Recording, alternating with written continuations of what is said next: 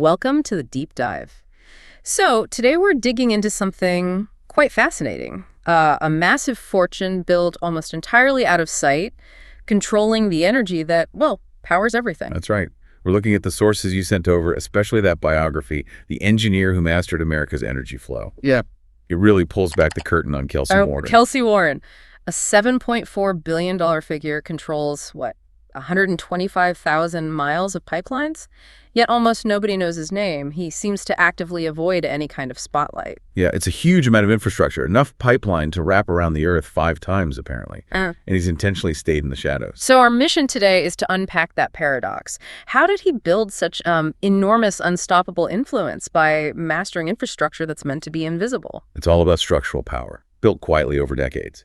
We really need to get into his strategy, the financial mindset that prioritized the physical pipes over, public recognition or fame. Okay, let's start with that core philosophy. Because back in the early 80s, when he was just starting, the energy sector was all about speculation, right? Betting on oil prices. Exactly. It was all about the commodity, the oil, the gas, where a price is headed. That was the game most people played. Very volatile. But Warren saw something different. He realized the consistent money wasn't necessarily in the barrels of oil. It was in moving them, owning the transport mechanism.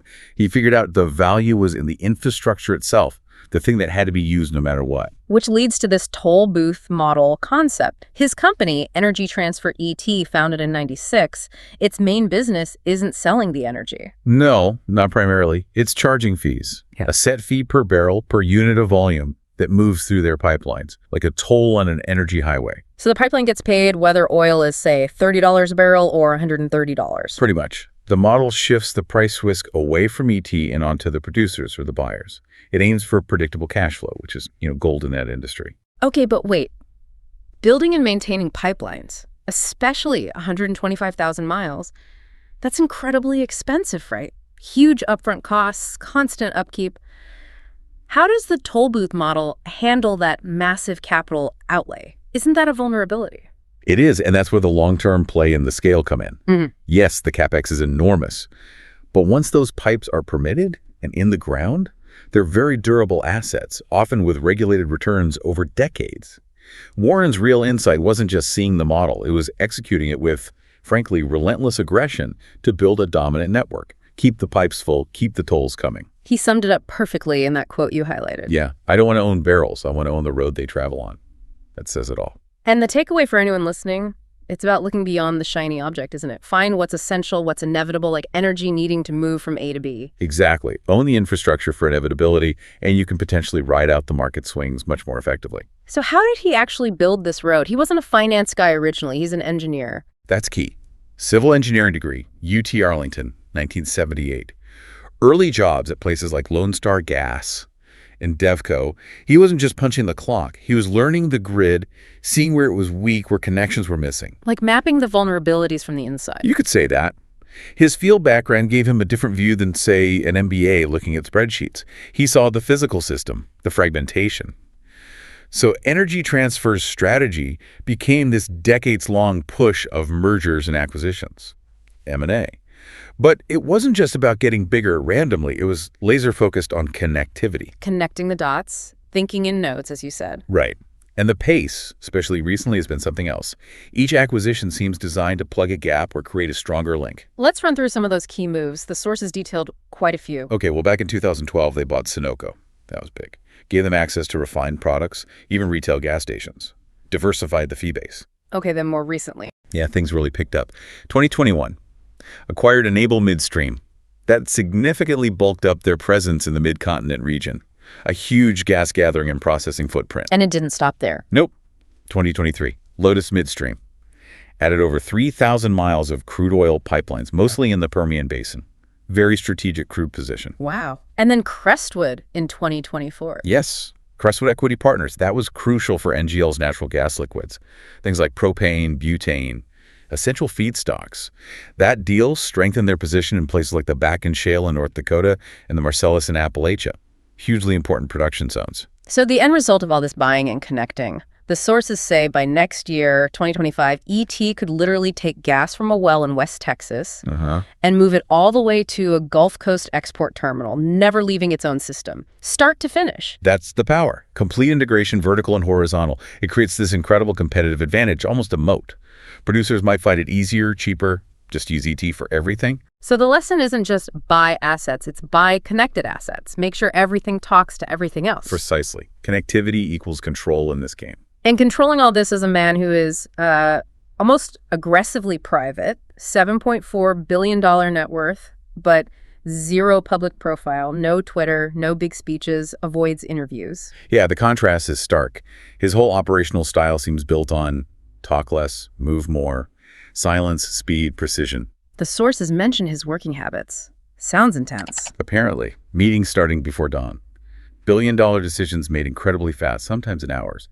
It's described as controlled aggression making moves while others are still analyzing. And he trusts his gut, or what the sourcing calls situational intuition, not relying on consultants. Right. He reads the pipeline maps himself, listens to his field engineers, the people who actually know the physical assets, less focus on, glossy presentations from MBAs, more on ground truth. That practical engineer mindset seems to run through everything, like this idea of functional redeployment. Oh yeah, that's brilliant. Instead of always building brand new, expensive pipelines when the market shifts. He looks at what he already has in the ground. Exactly.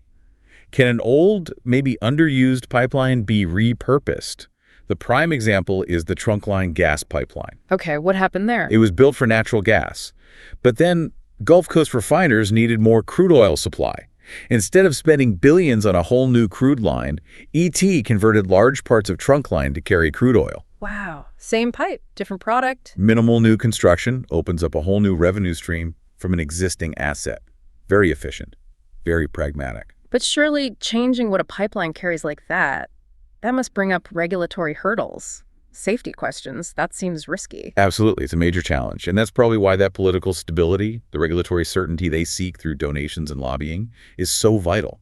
They need a predictable environment to make those long-term bets and manage the intense engineering and safety reviews required for such conversions. Timing is probably key too, right? Making those moves when the market allows. Definitely. Striking when others might be hesitant because of those very risks or because capital is tight. Which brings us to crisis management, 2020.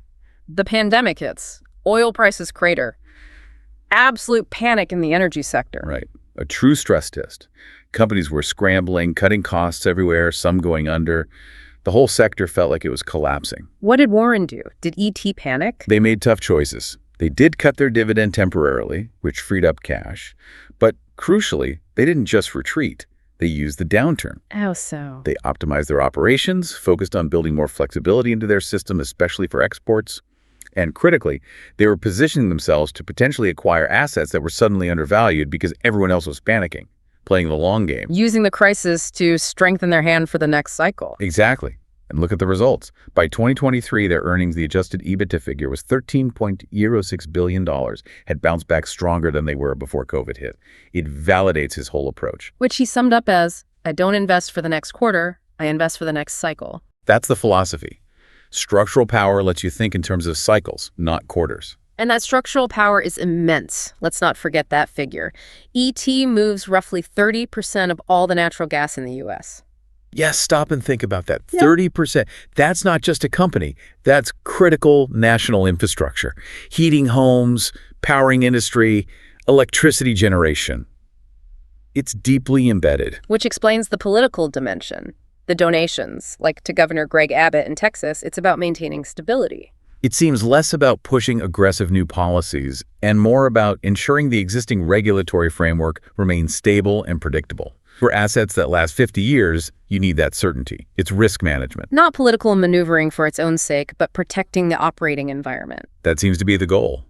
And alongside that sort of hard power influence, there's the philanthropy, like Clyde Warren Park in Dallas. Named after his son, right. Built over a freeway. Yeah, a $10 million donation helped make that happen. It's an interesting bit of soft power, creating this very visible public space. It's almost a metaphor for his business, isn't it? Taking invisible, maybe even dead space, the air over a freeway and building something valuable on top of it, quietly reshaping the landscape. That's a great way to put it. It ties back to the core idea. He doesn't need his name on the company headquarters because his influence is literally in the ground, supporting everything else. Which perfectly sets up that quote from the energy analyst. Yes. He's not the face of the industry. He's the skeleton. The skeleton provides the structure, holds everything up, essential but unseen. If it goes, the whole thing collapses. Couldn't say it better myself. So wrapping up this deep dive, for you listening, the story of Kelcy Warren offers a powerful lesson. This $7.4 billion empire wasn't built on hype or visibility. It was built over decades through, well, obsessive focus on execution, on mastering connectivity, on understanding the permanent power of flow. All done in the shadows. And maybe the provocative thought to leave with is this. If Warren found such immense success by staying invisible and focusing on the permanent foundational stuff, what does that mean for us in a world that's just, obsessed with being seen, with noise, with personal brands? Are we overlooking the critical infrastructure in our own fields? Is the real lasting influence actually built quietly, steadily, maybe even beneath the surface? Something to think about. Perhaps the deepest value, the deepest wealth, really does lie in what most people don't even notice. What a fascinating deep dive.